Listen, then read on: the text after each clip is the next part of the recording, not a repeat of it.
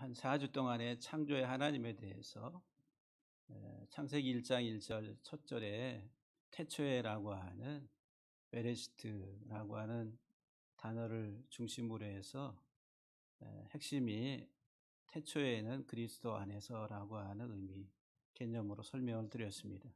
하나님이 세상 만물을 창조하신 것 예수 그리스도 안에서 그리고 세 개의 중요한 창조에 관련된 동사가 있는데 하나는 빠라 또 하나는 아사라고 하는 그리고 세 번째는 야차르라고 하는 동사를 가지고 태초에 하나님이 천지를 창조하셨다 했을 때 그 창조하다라고 하는 단어가 빠라 이제 예수 그리스도를 가르치고 예수 그리스도를 알게 하는 양육 과정을 통해서 우리로 그리스도에게까지 잘 자라게 하셔서 알곡이 되면 추수하시는 하나님이 빠라의 하나님, 창조의 하나님이다라고 말씀을 드렸어요.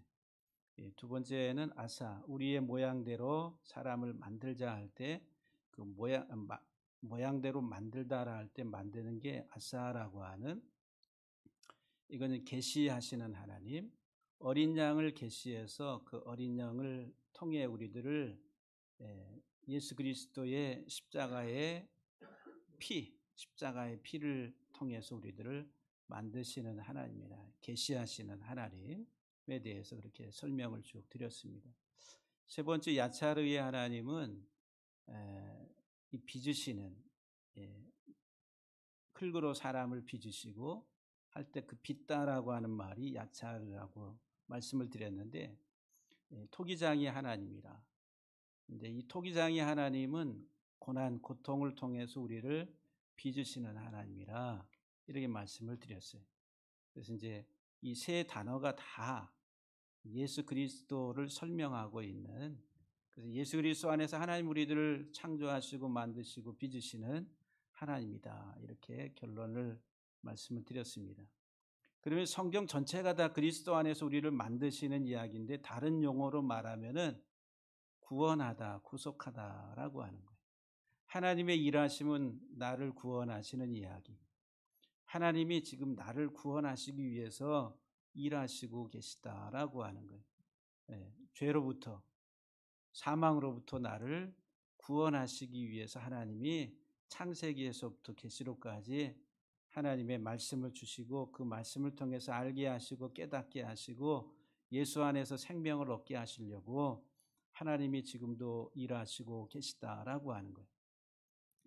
세상 이야기, 세상에서 잘됨과 번성과 이것을 말씀하려고 그것을 우리에게 잘되게 하려고 하나님이 성경을 기록한 것이 아니라 우리들을 구원하시기 위해서 구원과 관련된 내 영혼의 생명, 내 전 인격을 구원하시기 위한 하나님의 일하심이 성경의 이야기다라고 하는 거예요. 그래서 오늘서부터는 이제 구원과 관련된 용어들, 하나님이 우리를 구원하시다, 또는 구속하시다, 또는 속량하시다, 나를 건지셨다라고 하는 단어가 구원과 관련된 단어가 성경에 한 10가지 정도가 나옵니다.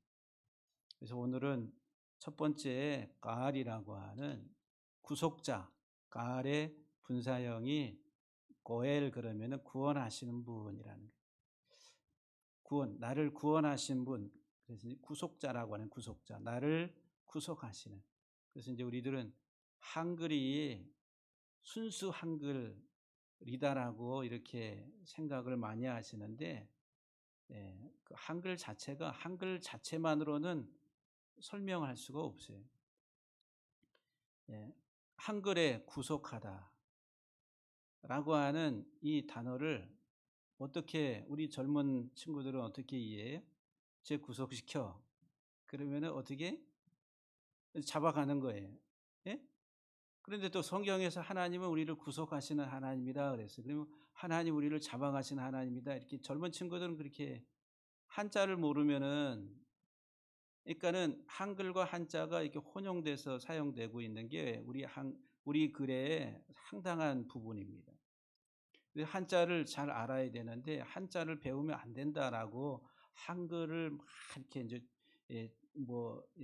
뭐라고 할까요? 우수성을 이야기하면서 한자는 중국 한자도 아니고 원래 한자가 우리 한민족의 한자입니다.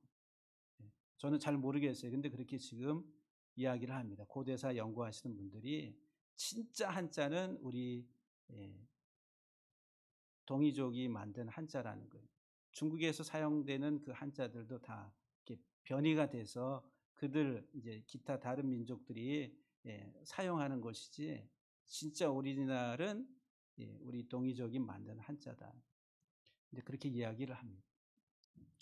그것을 이야기하려고 하는 게 아니라 한글로 구속하다 그러면은 이 구속이 나를 속박하고 억압하는 어디 감옥에다가 갖다가 쳐넣는 그런 개념으로 우리들은 이해를 할 수가 있어요. 그런데 이 구속하다 이 말은 하나님이 값을 지불하고 산다라고 하는 그런 개념이에요. 우리의 죄값을 하나님이 지불하시고 우리들을 사신다라고 하는 또는 속량하다라고 하는 개념이다라고 하는 거예요. 그래서 오늘은 이 고엘의 하나님 구속하시는 구원자에 대해서 여러분들과 함께 같이 말씀을 좀 나누려고 합니다. 이 고엘이라고 하는 단어, 구속자라고 하는 단어는 동사가 깔이라는 깔 그러면은 대사다, 속량하다라고 하는 대사다, 속량하다, 그리고 구속하다, 그리고 대신하다 이런 사전에서 이렇게 보면 사전에 정리가 그렇게 되어 있어요. 여기 보면 되산다, 속량하다, 구속하다, 대신하다 또는 가까운 친척으로서 의무를 수행하다 이 말이에요. 그래서 이제 우리 성경에는 기업 물을 자라 이렇게 표현됩니다. 룻기에 좀 많이 나오죠. 기업 물을 자, 레위기에도 나오고 친족 가장 가까운 친족이 자기 가까운 이 친척이 가까운 사람이 빚을 져가지고 갚을 수 없는 그런 상태에 빠져 있을 때에 그 사람과 가장 가까운 첫 번째로 가까운 친족이 그 사람의 채무를 이렇게 대신 지불해주고 그리고 그 사람을 채무로부터 벗어나게 해주는 것 이게 이제 기업 물을 자의 행위에서 친족으로 근친의 역할을 행하다라고 하는 그 기업 물을 자다라고 하는 우리 형제는 몇 촌이에요? 예? 2촌? 부모와 자식은 1촌? 예. 그러니까는 가장 가까운 사람, 자식이 잘못해서 채무를 졌을 때에 그 자식의 채무를 대신 져줘야 될 가장 첫 번째 사람은 부모라는 부모. 근데 부모가 안 계시면은 두 번째 가까운 사람이 누구예요? 형제. 또 형제가 없으면 사촌으로 넘어가게 되고 그게 이제 룻기에 나오는 이야기예요. 그래서 이제 근친의 역할을 하다 이 말이 깔이라고 하는 단어입니다. 그러면 근본적인 것은 되산다 이 말이에요. 다시 산다는 거예요. 그러니까는 땅을 저당 잡혔어요. 근데 그 저당 잡힌 땅을 그 원래 소유주가 다시 회복시킬 수 있는 그런 능력을 어떤 그런 어떤 재정적인 것을 갖지를 못했을 때에 가장 가까운 친족이 그 땅값을 지불해주고 그걸 다시 산다는 거예요. 그래서 사가지고 원래 그 소유주한테 주는 그게 이제 가알이라고 하는 이 단어의 의미입니다. 근데 이 단어에서 이제 분사형이 고엘 그러면은 구속자라고 하는 그래서 시편에서 이제 구속자라고 하는 표현이 제일 많이 나옵니다. 그래서 오늘 성경에 하나님은 우리의 구원자, 구속자라고 하는 이 고헬이라고 하는 단어가 상당히 많이 나오는데 첫 번째 이 히브리 단어들은 다 구체적인 의미들을 그 단어 속에 가지고 있다라고 말씀을 드렸는데 가을은 첫 번째로 슬퍼하며 부르짖는 자에게 은택을 베푸는 거예요. 그러니까는 되사고 그 다음에 빚진 것을 대신 지불해주고 그리고 다른 사람에게 그 재산이 소유권이 넘어간 것을 다시 사서 돌려주는 것 이게 가알이라고 하는 단어인데 하나님은 우리들을 다시 원상태로 회복시키시는 하나님이라. 그런데 여기 슬퍼하고 부르짖는 자에게 은혜를 베푸는 것이라. 그래서 이제 앞에 있는 가알할 때 첫 번째 문자가 낙타입니다. 낙타 그림이에요. 까말이라고 하는 낙타. 그다음 뒤에 이제 핵심적인 단어가 키워드가 알라라고 하는 부르짖다. 슬픔 속에서 부르짖는 것. 슬픔 속에서 부르짖는 자에게 이 낙타는 상징이 뭐냐면은 뭐뭐를 행하고 나눠주고 베푸는 거예요. 낙타 그러면 짐을 잔뜩 싣고 사막을 횡단하는 그림을 생각하시면 돼요. 이제 이곳에서 이제 떠나서 어떤 목적지를 향해 가서 낙타는 이동 수단이고 또 운송 수단으로서 이제 목적지에 도착하면은 그 낙타의 등 위에 있는 모든 짐들을 풀어서 다 이렇게 나눠주는. 그래 베풀다, 은택을 베풀다 이런 의미를 가지고 있어요. 동사 가말 그러면은 낙타가 가말인데 동사도 가말 그러면은 그 어원이 무엇을 행하다 나누어 주다 베풀다. 그래서 이제 성경에서 이제 젖을 떼다 이삭이 젖을 떼다 할 때도 젖을 물려가지고 계속 성장하게 자라가게 성숙하게 하는 그런 의미를 가지고 있다라고 하는 거죠. 그러니까는 이 하나님이 우리들을 구속하시는 것, 그 구속의 대상이 누구냐 하면은 슬픔 속에서 부르짖는 자들을 하나님이 찾으시는 거예요. 바라보신다라고 하는 거예요. 이 부르짖다라는 슬픔 속에 부르짖다라고 하는 단어가 성경에서는 한 번 사용됐는데 어떤 때 사용됐냐면은 요엘서 1장 8절에 보면은 너희는 처녀가 어렸을 때에 약혼한 남자로 말미암아 굵은 배로 동이고 애곡함 같이 할지어다. 처녀가 젊었을 때 약혼한 그 약혼한 사람은 이스라엘 민족에 있어 남편과 같아. 근데 이 남편으로 인해서 애곡하라고 해요. 왜 애곡을 해요? 이 남편이 죽었어요. 남편과 사별했다라고 하는 거예요. 그러니까 이 처녀가 그 사별함으로 인해 가지고 굵은 배를 동이고 우는 것처럼 너희도 애곡하라 이 말이에요. 애곡하라고. 성경에서 특별히 하나님이 주목해서 이제 언급을 하고 있는 대상들이 있는데 특별히 신명기에 보게 되면은 고아와 과부와 나그네를 사랑하라고. 그들에게 공의와 정의를 행하고 그리고 고아 과부 나그네를 잘 접대하고 사랑하라고 그렇게 말씀을 줍니다. 성경에서.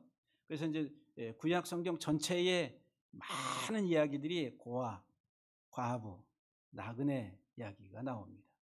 그러면 우리가 이제 그냥 이것을 윤리적 개념에 있어서 고아, 과부, 나그네들을 진짜 이 사회의 약자들, 홀로 된 자들, 이런 사람들을 경제적으로 지원해주고 불쌍히 여기라고 하는 그건 이제 문자적 개념이에요.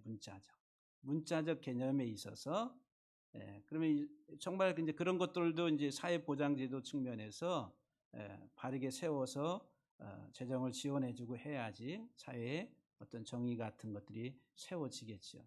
그런데 성경은 그런 사회의 어떤 윤리적 이런 문제를 이야기하고자 이 성경을 기록한 것이 아니라 하나님의 구원하시는 구원의 메시지를 우리에게 전달해 주고자 기록한 거예요. 그러면 성경에서 고아와 과부와 나그네가 상징이 뭐냐 하면은 고아는 아버지를 잃어버린 자, 그 다음에 과부는 남편을 잃어버린 자, 나그네는 이제 집을 고향을 떠나서 유리하는 자를 말하는 거예요. 고아는 우리가 다 하나님의 자녀들이다라고 하는데 하나님에게서부터 관계가 단절된 자들이 고아입니다. 고아. 성경에서 말하는 과부는 하나님이 우리 남편이신데 하나님에게서 떨어져 나간 사람들이 과부라. 과부. 나그네는 유리 방황하는 자인데 에덴 동산에 추방당한 범죄함으로 인해 가지고 세상을 유리하며 살아가는 자들이 하나님 말씀을 떠나서 사는 자들이 나그네라. 그러니까는 여기 이제 고아와 과부와 나그네를 사랑하라고 할 때에 정말 하나님의 필요성을 알고 내 현실적인 나의 정체성을 알고 깨닫고 하나님을 사모하는 자들을 사랑하라는 거예요. 그들을 돌보라는 얘기죠. 그들에게 필요한 것들을 제공하라고 하는 거예요. 잠언서 2장 17절에 보면은 그는 젊은 시절에 짝을 버리며 그의 하나님 여호와 하나님의 언약을 잊어버린 자라 그랬어요. 그러니까 젊은 시절에 짝이 누구예요? 남편이잖아요. 신랑이잖아요. 그 젊은 시절에 그 신랑을 버린 자를 누구와 이렇게 동일시하냐면은 하나님의 언약을 버린 자라 그랬어요. 하나님의 언약, 하나님의 말씀을 버린 자, 하나님 말씀에서 떠난 자가 고아요, 과부요, 나그네라고 하는 거예요. 그러니까는 여기 부르짖는다라고 하는 이 부르짖는 자들에게 하나님이 긍휼을 베푸시는 것, 은혜를 베푸시는 것. 내가 고아인 것을 아는 사람, 내가 과부인 것을 아는 사람, 내가 나그네 인생인 것을 아는 사람에게는 하나님의 한없는 은혜가 임한다라고 하는. 그래서 하나님은 애곡하는 자를 찾으시는 하나님이에요. 애통하며 애곡하는 자, 내가 하나님을 떠나서 주의 말씀을 떠나서 하나님과 관계가 깨어짐으로 인해서 내 인생의 삶이 이렇게 비참하게 됐음을 내가 고백합니다. 하나님, 내가 두 손 들고 아버지께로 갑니다 라고 하며 애곡하고 애통하는 자들을 하나님께서 불쌍히 여기시고 그들에게 은혜와 은택을 베푸시는 하나님이다 라고 하는. 예레미야 51장 5절과 6절 말씀에 보면은 이스라엘과 유다가 이스라엘의 거룩하신 일을 거역함으로 죄과가 땅에 가득하나 그의 하나님 만군의 여호와에게 버림을 받은 버려진 과부는 아니니라 그랬어요. 이스라엘과 유다가 남유다와 북왕국이 다 하나님 앞에 범죄함으로 하나님을 거역하고 죄과가 땅에 가득하지만 그러나 하나님께서 뭐라고 말씀하시냐면은 버려진 과부는 아니다. 이 말씀은 무슨 말이에요? 다시 이들을 회복시키실 것이다 라고 하는 거예요. 그래서 5절에 예레미야 51장 6절 말씀에 보게 되면 이는 여호와의 보복의 해니, 그랬어요. 보복. 하나님이 바벨론을 아수르를 보복하시고 그들을 치시고 다시 그들을 끌어내서 해방시키실 것이다 라고 하는 거예요. 그래서 하나님은 피의 보복자라고 하는 그 의미가 이 가알이라고 하는 단어입니다. 어떤 형제, 가까운 형제가 누구에 의해서 죽임을 당했어요. 그럼 가까운 형제가 피의 보복자가 돼서 가서 그 사람을 죽이라는 거예요. 그게 이제 가알이라고 하는. 하나님은 우리들을 보수하시는 분, 보호하시고 보수하시고 우리의 대적을 쳐서 물리치시는 분이라. 우리가 이렇게 상실된 상황, 이 비참한 상황에서 살아가는 그 모든 근원을 다 하나님이 찾아내서 보복하시는 하나님이다라고 성경은 그렇게 말합니다. 신명기 10장 18절 말씀에 그래서 하나님은 뭐라고 말씀하시냐면은 고아와 과부를 위하여 정의를 행하시며 나그네를 사랑하여 그에게 떡과 옷을 주시는 하나님이시다라고 말합니다. 고아와 과부를 사랑하시고 정의를 행하시고 나그네를 사랑해서 떡과 그리고 옷을, 하늘의 양식을 주시고 그리고 의의 신분을 회복시켜 주시겠다라고 하는 말씀입니다. 그래서 성경에 예수님께서 오셔가지고 말씀을 특별히 산상수훈 가운데 팔복에 대해서 이야기하죠. 누가 복이 있는 사람이냐? 심령이 가난한 자가 복이 있다. 심령이 가난한. 영이 가난한 자, 그리고 애통하는 자가 복이 있다라고 말씀. 온유한 자가 복이 있다라고 말씀. 의에 줄이고 목마른 자가 복이 있다라고 말합니다. 우리가 생각하는 복의 개념과는 완전히 다른 거예요. 이 세상적 사고와 가치를 가지고 우리가 생각할 수 있는 복의 개념이 아니다라고 하는 거예요. 철저하게 내가 어떤 상태에 있는지 내 실체를 바라보고 깨닫는 사람은 심령이 가난한 사람이 될 수밖에 없는 거예요. 하나님 앞에 낮아지고 하나님의 은혜가 아니면 살 수 없다라고 고백하고, 그리고 지금까지 살아온 내 인생이 어떠한 것인가를 알게 되고 그것을 배설물로 여기고 하나님 나를 용서하시고 나를 받아주옵소서 애통하게 된다는 거예요. 그리고 지금까지 삶의 모든 것들을 바울의 고백처럼 배설물로 여기고 다 치워버리는 이런 과정이다라고 하는 거예요. 그게 이제 말씀 안에서 살게 될 때에 세상 사람들로부터 조롱을 받게 되고 핍박을 받게 돼요. 의를 위하여 핍박을 받는 자가 복되다라고 말씀하는 거예요.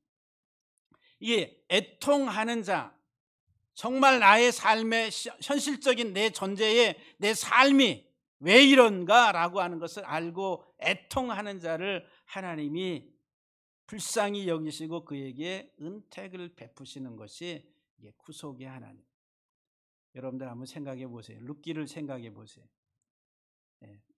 예루살렘의 기근이 들어 베들레헴에 기근이 돼서 모압 지방에 거기는 풍성한 먹을거리가 있어서 세상의 먹을거리를 따라갔는데 거기에서 남편을 잃고, 그리고 두 아들이 결혼했는데 두 아들도 다 죽고, 가지고 갔던 재산 거기서 다 소비하고 남는 건 이제 목숨 하나, 그리고 두 며느리밖에 없는 이 나오미와 그리고 룻을 하나님이 불쌍히 여기시고 긍휼히 여기시는, 이게 이제 구속자의 하나님이다라고 합니다. 정말 하나님의 은혜가 무엇인지, 아버지 하나님이 누구인지를 알고 다시 아버지께로 돌아가고자 하는 마음을 갖는 그 두 여인을 하나님이 불쌍히 여기셨다라고 합니다. 예수님께서 철저하게 회개하라고, 천국 복음을 선포하실 때에 회개하라, 천국이 가까웠다. 오늘날 여러분들 회개하라고. 여러분들 회개하시며 살아가십니까? 근데 회개를 할 게 없네. 열심히 지금 교회 나오고 신앙생활을 한다고 열심히 믿음으로 주여 주여 아버지 아버지 하고 부르고 있는데 뭘 회개하라는 거예요? 회개해야 될 게 없고, 그러니까 여러분들 하나님 내가 잘못했습니다. 이렇게 여러분들 정말 이 가슴을 찢으면서 그런 회개의 어떤 그 기도를 올리신 적이 얼마나 있으세요? 처음 은혜 받을 때에 나 같은 죄인 살리신 하나님 감사합니다 하면서 눈물 콧물 다 흘리면서 그 죄가 뭐냐, 속이고 엄마 아빠 호주머니에서 돈 띄어먹고 돼지곰탕 또 가지고 그 뚫어가지고 거기서 동전 몇 개 빼내가지고 막. 제가 어렸을 때 그랬거든요. 농 위에 빨간 돼지 저금통이 있어요. 거기에다가 이제 동전도 막 넣어요. 그러면은 엄마 아버지 다 밭에 논에 일하러 가시면은 이제 거기 올라가지고 이 드라이버, 일자 드라이버 같은 거를 쭉 해가지고 거기 해가지고 하나 해가지고 다시 원위치 시켜놓고 한 표시 안 나는 거죠. 회개할 때 그게 우리 도둑놈이 도둑질한 거 용서해달라. 우리들은 이제 그런 게 이제 회개인 줄 알고 그렇게 이제 회개를 한다. 그리고 나서는 회개할 게 없어요. 왜냐하면 신앙생활을 열심히 잘 한다라고 우리들은 그렇게 인식을 하고 있다는 거예요. 인식은. 근데 우리는 세상적 사고방식 자체가 이게 악하다라고 하는 거예요. 그 죄라고 하는 거예요. 죄. 우리의 의식 사고 구조 자체가 하나님의 말씀 속에서 이게 뒤틀려 버려 있는데 그것을 알지를 못하는 거예요. 세상적 사고 체계. 그런데 세상의 가치 체계를 가지고 우리들은 신앙생활을, 믿음 생활을 잘 한다라고 하면서, 그래서 이 세상에서의 내 어떤 위치와 어떤 내 소유가 더 늘어나고 팽창되는 그것을 위해서 하나님을 우리들은 만들어요.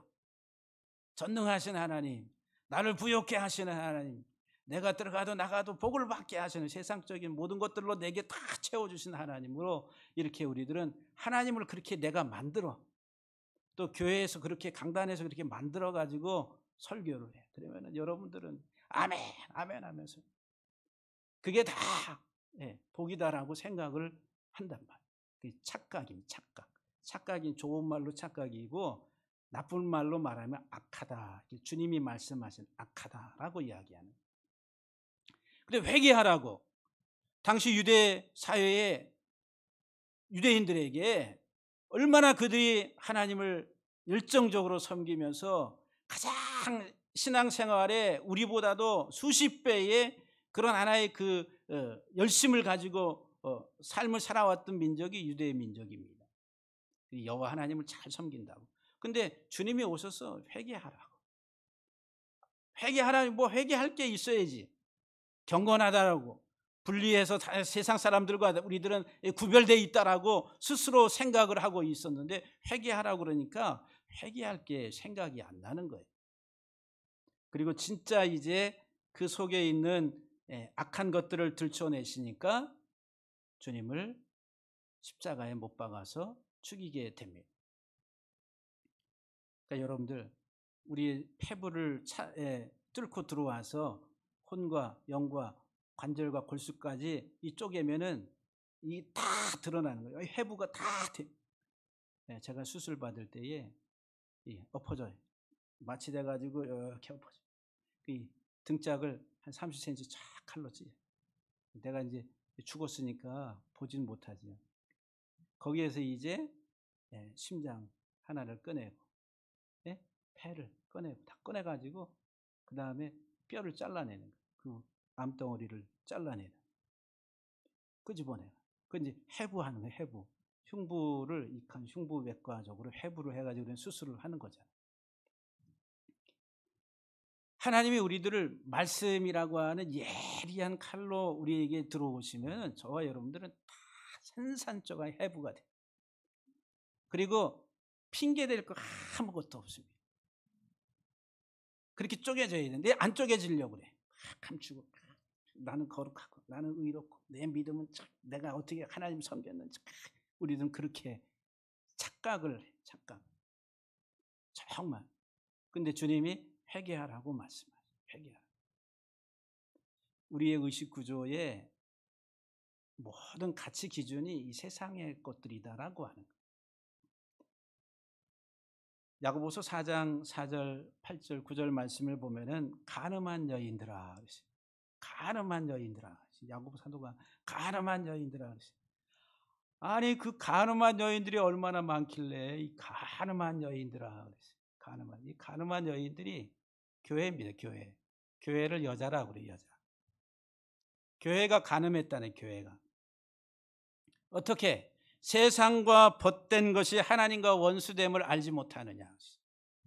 세상과 벗돼서 세상을 사랑하고 세상과 짝이 돼서 살아가는 자들에게는 하나님의 사랑함이 없다. 그래서 너희는 간음한 자들이다.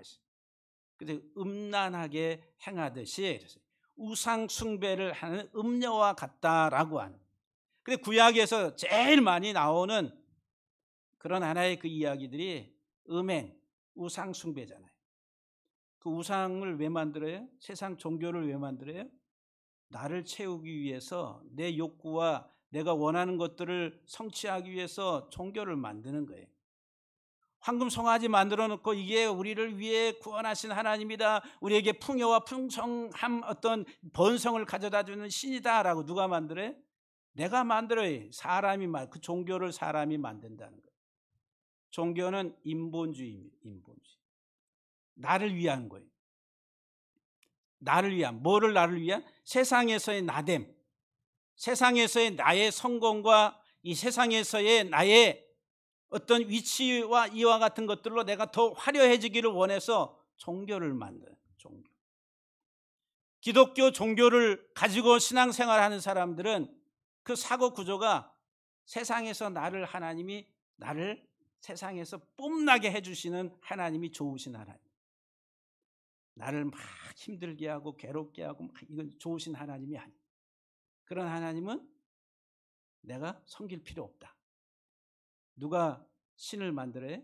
사람이. 성경은 하나님이 사람을 만드신다. 우리 하나님이 나를 만들어 가셔야 되는데 우리는 내가 하나님 만들어 놓고 우리가 하나님을 섬기려고 한다. 기독교라고 하는 종교를 갖게 되면 그렇게 돼요. 이 기독교뿐만 아니라 이 세상의 종교 속에 회개하라고, 주님이 회개하라고 말씀하시는 거예요. 가늠한 여자들아, 세상과 벗된 것이 하나님과 원수됨을 알지 못하느냐. 죄인들아, 그래서요. 이 가늠한 여인들을 죄인들아 손을 깨끗이 하라. 두 마음을 품은 자들아 마음을 성결하게 하라. 이게 가늠한 여인들이 누구예요? 죄인들, 두 마음을 품은 자들. 신앙생활을 어떻게 하는 사람이? 세상을 사랑하는, 하나님을 사랑한다고 하면 세상을 사랑하며, 본질은 세상 사랑한다는 것은 누구를 사랑하는 거예요? 나의 세상에서의 존재감, 그것을 나로 착각하고 살아가는 인생, 그거를 겉사람의 인생이고 가짜의 헛된 인생이다라고 성경이 말하는 겁니다. 솔로몬이 모든 부귀 영화를 다 누렸는데 헛되고 헛되도다. 우리는 그 헛됨을 위해서 하나님께 부르짖고 간구하고, 그래서 그것들로 채워지면 하나님이 나를 축복하신 것이고, 이 세상에서 내가 고난받고 고통받고 내 삶이 세상 사람들이 보기에는 구질구질한 그런 모습일 때에는 우리는 복받은 사람이 아니다라고 스스로 그렇게, 종교성이 다 그렇게 만들어버렸어요. 그래서 이제 우리가 믿음이 좋으면은 세상에서도 잘 된다라고 하는 비례 공식을 누가 만들었어요? 이 종교인들이 그렇게 만들어 놓은 거예요. 그 신앙생활을 그렇게. 그래서 내가 막 잘 될 때는 하나님께 영광이요. 그랬어요. 여기 나와가지고 여기 막 간증을 하나님이 이렇게 하셨습니다. 좋은 것들은. 근데 내가 힘들고 어려울 때는, 그때는 이제 하나님께 영광이요. 하나님, 이게 없어요. 하나님이 나를 미워하시나? 하나님이 나를 왜 이렇게 힘들게 하시고? 이렇게 생각을 한다. 그게 아니다라고 하는 거예요. 하나님의 다스림에 대해서 여러분들이 분명하게, 하나님 나를 만드시는 하나님이에요. 하나님 나를 만들어 가시는 과정은 나의 인생의 때가 전도서 3장에서 말하는 것처럼 28때가 나와. 심을 때가 있고 거둘 때가 있고 추울 때가 있고 더울 때가 있고 병들 때가 있고 건강할 때가 있고, 다 그게 누구의 때예요? 나의 때란 말이에요. 그 때들을 통과하면서 하나님의 형상으로 나를 빚어가시는, 그리스도 안에서 나를 만들어 가시는 거예요. 궁극적인 것은 하나님의 형상을 따라 하나님이 만들어진 마지막 최종 목표, 거기에 도달해 가는 것이 나의 인생의 길이라, 하나님이 나를 이끌어 가시는 그 길이라는 거예요. 세상에서 내가 하고 싶은 대로, 내가 원하는 대로 세상에서 더 화려하게 아주 슈퍼맨처럼 드러나려고 하는 그것이 하나님의 뜻이 아니다라고 하는 거예요. 그 자체가 목적이 아니다라고 하는 거예요. 성경에 아시아 7교회를 이야기하는데 버가모 교회가 나오고 사대 교회가 나오고 라오디게아 교회가 나옵니다. 다 회개하라고 회개를 촉구합니다. 버가모 교회에게, 그 버가모 교회는 어떤 교회냐면 사단의 회가 있는, 사단의 권자가 있는 곳이라. 버가모 교회가 무슨 무리의 센터가 된 거예요? 사단의 권자, 사단의 왕자가 있는 곳이라는 거예요. 교회가 뭐가 됐어요? 마귀의 왕자, 사단의 왕자가 있는 곳이 됐어요. 사단의 발람의 교훈과 니골라당의 교훈을 지키는 자들이 있다. 발람의 세상의 풍요, 물질을 추구하는 자들의 그 교훈이다라고 하는. 그리고 니골라당, 이것은 이제 영과 육을 분리, 이원론적인 사고. 육은 악한 것이고 영은 선한 것이다. 그래서 내가 구원받아야 될 것은 영이지 육은 아니다. 그러니까 내가 이 세상 사는 동안, 육체를 가지고 사는 동안은 육을 가지고는 내가 아무렇게나 해도 된다. 그래서 가서 그냥 이 육신을 가지고 마음껏 쾌락을 즐기고 해도 아무 상관없어. 왜냐하면 그냥 죽으면 끝나니까. 구원받는 것은 영이다라고. 그게 이제 이원론적인 그 영지주의적인 그런 사고라고 하는 게 교회에 들어온 거예요. 그래서 이제 아무렇게나 막 살아, 괜찮아, 중요한 것은 영이지 육체가 아니야. 육체는 다 썩어서 없어질 것들이야 라고 하는 이런 하나의 그 논리, 이런 하나의 그 가르침들. 그러니까 세상의 물질과 그리고 육적인 삶에 대해서 이제 방임을 해버리는 이런 하나의 가르침들이 교회에 완전히 자리 잡게 된 거예요. 어떤 교회? 버가모 교회. 그러니까 그곳은 뭐가 있다고요? 사단의 권자가 있다. 사단의 보좌가 있는 곳이라. 사단이 꽉 교회인데, 하나님의 교회라고 이름이 돼 있는데 거기에 누가 다스리고 있어요? 사단이 보좌를 틀고서 앉아가지고 통치하고 있다라고 하는. 사대교회는 많은 행위가 있다 그래. 그런데 살아있는 행위가 아니라 죽은 행실이라. 실상은 죽은 교회라. 사대교회에 대해서 죽은 신앙의 소유자들이다라고 하는 거예요. 그래서 이제 회개하라고. 버가모 교회에게도 회개하라. 그렇지 아니하면 내가 내게 속히 임해서 내 입의 검으로 그들과 싸우리라. 하나님 말씀으로 다 치시겠다는 거예요. 그들의 신앙이 뭐가 어떻게 잘못됐는지 하나님의 입의 검으로 검은 말씀이거든요. 말씀. 그 말씀 앞에 서면 그냥 다 드러납니다.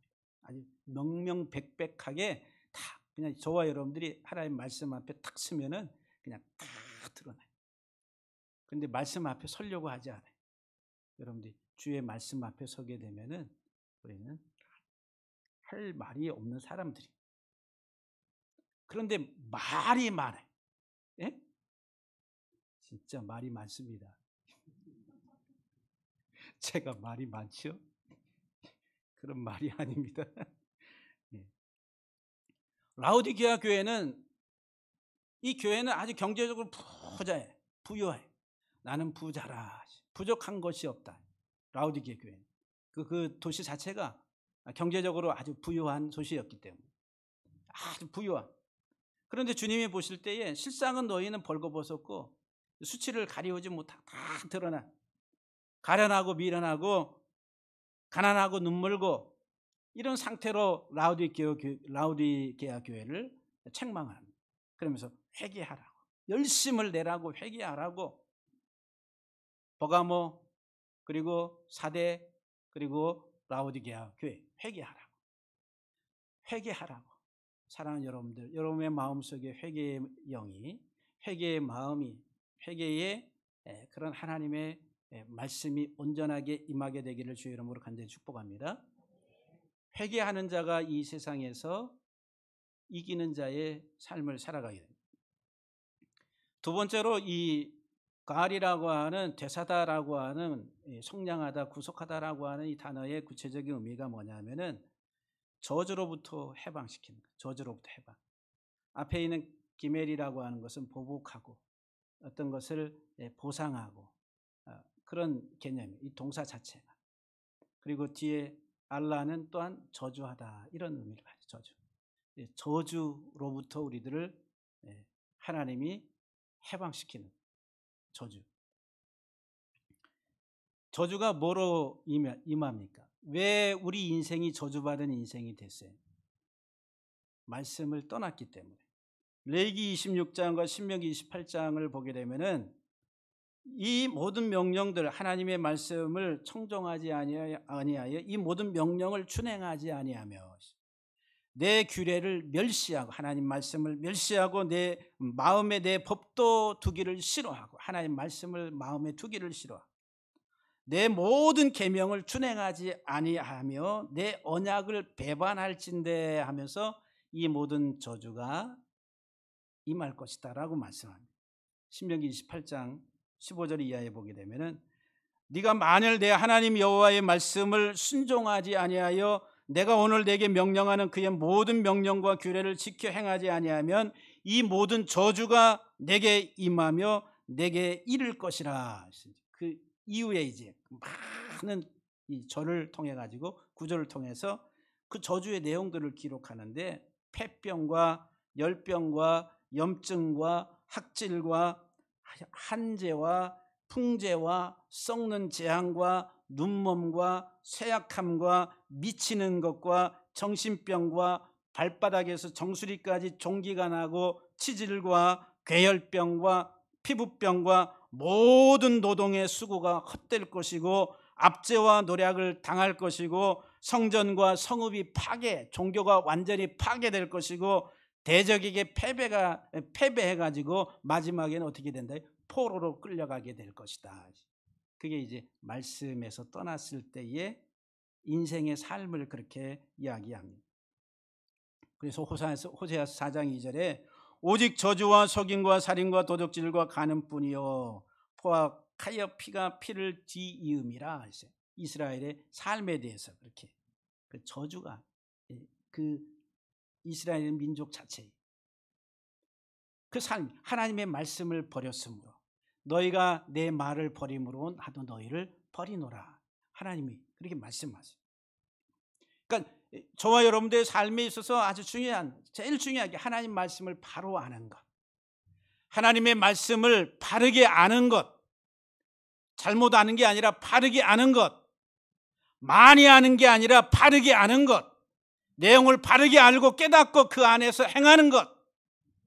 우리는 잘못된 정보와 잘못된 지식들을 우리는 너무도 많이 가지고 이게 왜곡된 하나의 그 탈선된 진리들이라.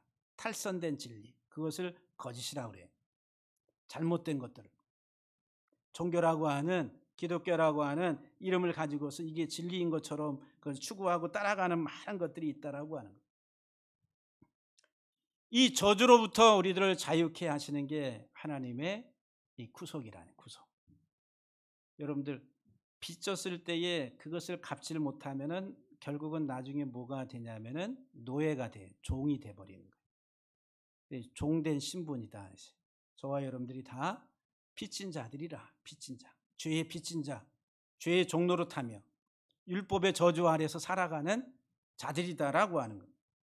그래서 이제 출애굽기 6장 6절에 보면은 애굽의 무거운 짐 밑에서 애굽 사람들의 무거운 짐 밑에서 너희를 빼냈다라고 그들의 노역에서 너희를 건져내며 너희를 속량했다라고 이렇게 말씀합니다.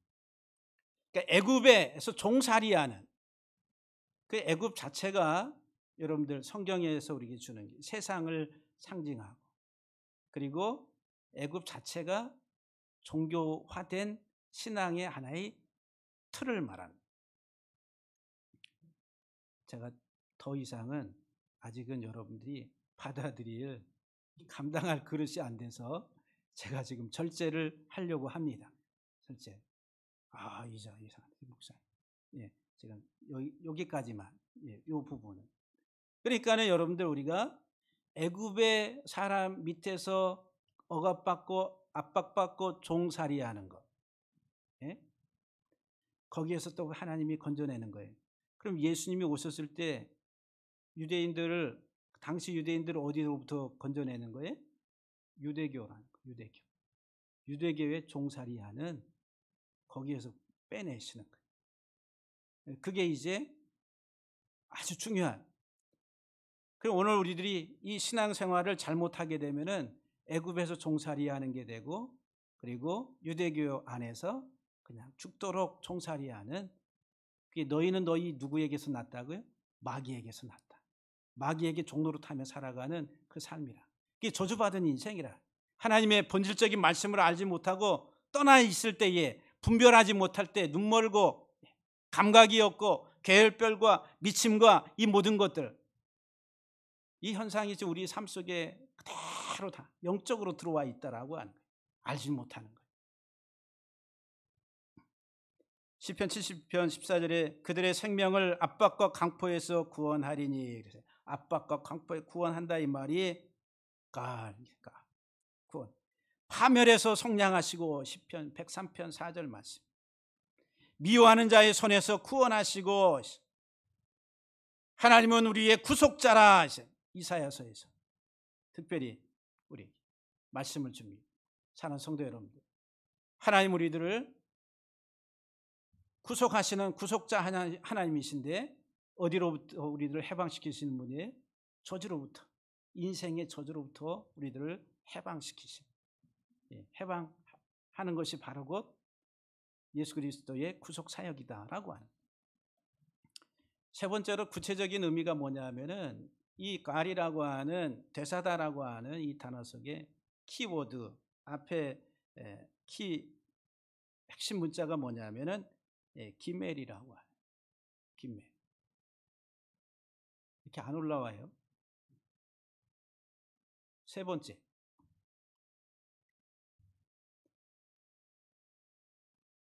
앞에 기멜이라고 하는 이것은 들어올린 낙타가 이렇게 무릎을 탁 꿇잖아요. 짐을 낙타 등에다가 실으면은 그 다음에 이제 딱 이제 가려고 할 때 쭉 올라옵니다. 예? 그러면 저는 낙타를 안 타봤는데, 그 처음 타는 사람들은 공포감을 느낄 정도로 높다는 거예요. 그리고 우리가 말 탈 때도 그렇잖아요. 말에 딱 올라타면은 처음에 저 제주도 가서 말 한번 탔는데 무섭더라고요. 근데 우리 성현이 그때가 몇 살이니 한 6, 7살 됐는가? 우리 수련회 갔는데 거기서 성현이 위에다 딱 얹혔는데 얹히자마자 이놈이 그냥 팍 이게 출발하는 거예요. 이게 신호도 안 줬는데. 그래가지고 얘가 이게 딱 올라가자마자 어떻게 그냥 탁 하니까 그냥 이거 탁 잡아가지고 안 떨어졌어요. 안 그랬으면 그냥 완전히 대동댕이 쳐질 뻔했는데. 그러니까 이 낙타나 이 말 등에 올라가는 것, 이 공포감을 느낄 적에 처음 올라타면은. 그래서 이제 이 히브리인들의 사고 속에는 이렇게 들어 올린다, 이렇게 낙타의 상징이 뭐냐, 들어 올린다는 거예요. 이렇게 해가지고 엉덩이, 발석 뒤에서부터 올라가는 이렇게 올라와가지고 그냥 앞으로 쑥 이렇게 한쪽으로 쏠렸다가 다시 이렇게 쭉 올라오는 이런 거예요. 들어 올린다, 이렇게 높이 들리다 이런 의미, 상징적인 낙타. 그래 뒤에는 이제 알 그럴 때 알이 엘이라고 하는 하나님. 엘로힘 하면은 복수, 하나님, 신이라니까. 하나님이 높이 들린다라고 하는. 이게 구속하다라고 하는 구체적인 개념이 뭐예요? 하나님이 높이 들리는 거예요. 이거는 구속의 방법을 이야기하는 거예요. 하나님이 애통하며 부르짖는 자들을 불쌍히 여기시고 그들을 저주로부터 해방시키시는데 그 방법이 뭐냐 하면은 하나님이 들리시는 거예요. 그러니까 하나님이 들린다 이 말은 예수님이 십자가에 못 박힘을 이야기합니다. 민수기 21장 7절 이하에 보게 되면은 이스라엘 백성들이 원망할 때 불뱀을 통해 가지고 이렇게 물어서 죽게 그렇게 심판을 하시. 그러니까 아우성을 쳐요. 백성들이 모세에게 말하면서 우리가 범죄하였으니 이 불뱀들이 떠나가게 해달라고 그러니까 모세가 백성을 위해서 기도하니까 하나님께서 모세에게 불뱀을 만들어 장대 위에 매달아라. 물린 자마다 그 불뱀에 물린 자마다 그것을 보면 살리라. 그래서 모세가 놋뱀을 만들어 가지고 장대 위에 매다니까 사람들이 그 물린 사람들이 보면서 다 살게 됐다. 놋뱀이 예수 그리스도를 이야기합니다. 요한복음 3장 14절 15절 말씀에 모세가 광야에서 뱀을 든 것처럼 놋뱀을 이렇게 장대에 매단 것처럼 인자도 들려야 하리니 이는 그를 믿는 자마다 영생을 얻게 하려 함이라. 그러니까 예수 그리스도가 들리는 것, 모세가 장대에 놋뱀을 달아서 매달아서 높이 들었던 것처럼 예수님도 높이 들려야 된다. 십자가의 죽음을 이야기하죠. 요한복음 8장 28절 말씀에 이에 예수께서 이르시되 너희가 인자를 든 후에 내가 그인 줄을 알고 예수님이 십자가에 못 박히신 이후에 너희가 메시아, 내가 그 메시아인 줄 너희가 알 것이다 라고 말씀합니다. 또 요한복음 12장 32절 34절 말씀에 내가 땅에서 들리면 이 말은 십자가에서 못 박혀 죽으시면 모든 사람을 내게로 이끌겠노라 이렇게 말씀하시면 자기가 어떠한 죽음으로 죽을 것을 보이심이라. 구속하신 하나님, 그 구속의 방편, 그것은 뭐예요? 자신이, 하나님이신 자신이 십자가에 자신의 생명을 내어주심으로 말미암아, 예수 그리스도가 십자가에 못 박히심으로 말미암아 우리들을 구원하시는 구속자가 되신다라고 하는 거예요. 그래서 갈라디아서 3장 13절 말씀에 그리스도께서 우리를 위하여 저주를 받은 바 되사 율법의 저주에서 우리를 속량했다라고 말합니다. 그러니까 저주로부터 우리들을 구속하시기 위해서, 저주로부터 우리들을 해방시키시기 위해서 친히 내가 받아야 될 저주를 예수님이 십자가에서 대신 받으신. 그래서 가리라고 하는 단어가 대신하다, 대사다, 대신하다 이 말. 값을 지불한다. 근데 어떻게? 하나님의 생명을 지불하심으로. 마지막으로 네 번째에 이 구속의 방법을 어떻게 설명하냐면은 앞에 있는 가 두 문자가 이 단어가 솟아오른다, 승기하다 이 말이 높아진다. 그러니까 누가? 하나님이. 그러니까 예수님이 죽으시고 승기하신다. 그러니까 구속자 하나님은 우리를 위해 죽으시고 그리고 살아나셔서 하나님 보좌 우편에 올라가셔서 앉으셔서 세상을 통치하시는 예수 그리스도라고 하는 거예요. 나를 구원하시고 구속하시는 하나님. 그분 어떻게? 자신이 이 땅에 오셔서 죽으시고 다시 부활하시고 그리고 승천하심으로. 그래서 빌립보서 2장 19절 9절 이하 11절 말씀에 이러므로 하나님이 그를 지극히 높여 모든 이름 위에 뛰어난 이름을 주셨다. 로마서 8장 34절 말씀에 누가 정죄하리요? 죽으실 뿐만 아니라 다시 살아나신 이는 그리스도 예수니 그는 하나님 우편에 계신 자여 우리를 위하여 간구하시는 자니라. 하나님이 나를 구원하시고 구속하시는 것은 자신이 십자가의 죽으심을 통해서, 그리고 살아나셔서 사망의 권세를 깨뜨리시고 승리하시고 하나님 보좌 우편에 앉아 계신 참 우리의 구원자이신 예수 그리스도를 통해서 우리를 구속하신다. 사랑하는 성도 여러분들, 저와 여러분들은 고아와 같은 자들, 과부 같은 자들, 그리고 나그네로서 이 세상 살아가며 애통하며 하나님의 은혜와 긍휼을 사모하는 자들, 우리에게 주님이 오셔서 친히 자신을 내어주심으로 우리를 자유케 하시는 참 자유와 해방을 가져다 주신 예수 그리스도를 온전히 알고 자유할 수 있는 우리 모두가 되기를 주의 이름으로 간절히 축복합니다. 기도하십시다.